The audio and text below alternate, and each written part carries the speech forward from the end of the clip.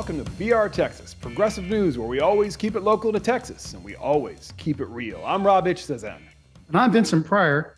Speaking about keeping this real, Rob, what is this I hear about Republicans telling on Republicans in the Texas legislature?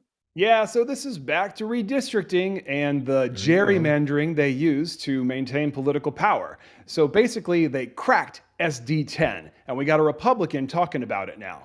Crack. You talking about, is this what they mean by release the Kraken? No. No. Okay. But that's a good point. Okay.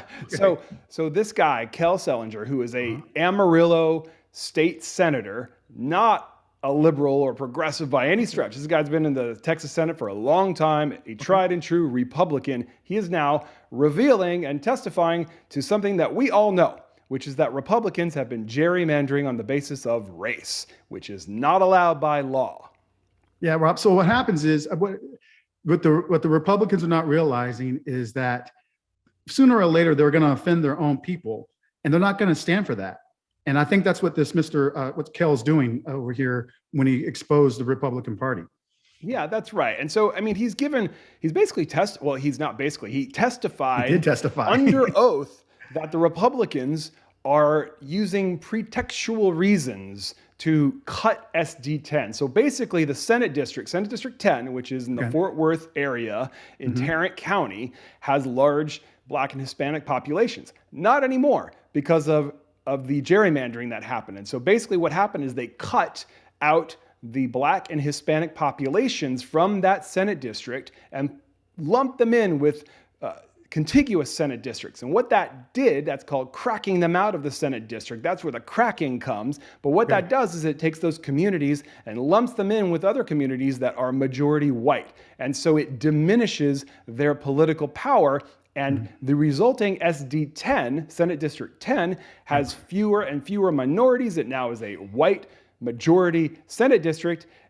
And that is not allowed by the Voting Rights Act under any circumstances. So here's what's crazy about this, because and you may have the numbers. I don't have the numbers. I just know anecdotally that Hispanics made up over 50% of the growth in Texas, in the Texas population.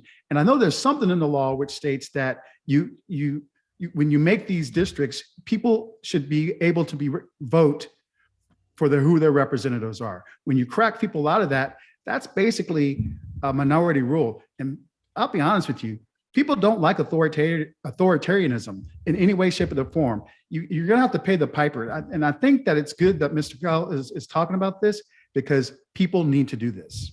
Yeah, so unfortunately, the Voting Rights Act, as we've heard a lot talked about in the news, it used to have something called preclearance, which is you do something, if you're in a jurisdiction that has a historical background, a historical record of doing things that are discriminatory against racial minorities, the federal government has to pre-clear any kind of change to voting laws. Well, the Supreme Court now has struck that down. And so now what you have is a regime where Texas goes in and they do all this stuff willy-nilly, and they just go crazy basically. And now what's happened is they were able to do it. They didn't have to go through pre-clearance. And so it's done, and it's all being challenged in court now after the fact. And so what we have is a situation where they're having to ask for forgiveness instead of asking for permission.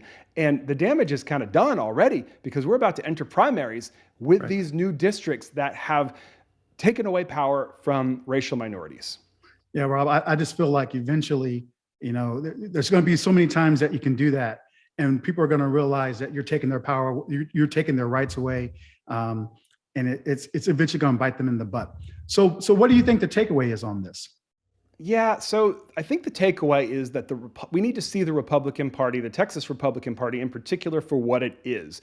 With Republicans like Kel Seliger and Lyle Larson, only two that I can think of, quite honestly, saying, yeah, I'm out of here, because the party is no longer even trying to act as if they care about principle. They care about power, and that's it. The Republican Party is the party of maintaining power, and they'll do anything they can. And now they're attacking democracy at its core, at its roots. And the takeaway is to understand that, number one, and two, do something about it by talking. You cannot sit on your hands. If you're watching this show, talk to your friends, your family, your neighbors, your coworkers. You cannot be afraid to talk about politics. We're running out of time just a little bit. But what I want to say What I want to say is what you're articulating is the only way that this is going to come back and bite people in the butt is when people stand up and vote and pay attention. Yes, that's right. You cannot, it's hard to organize your way out of an attack on democracy. So we've got to get everybody behind this and fight. That's a wrap. Roll it.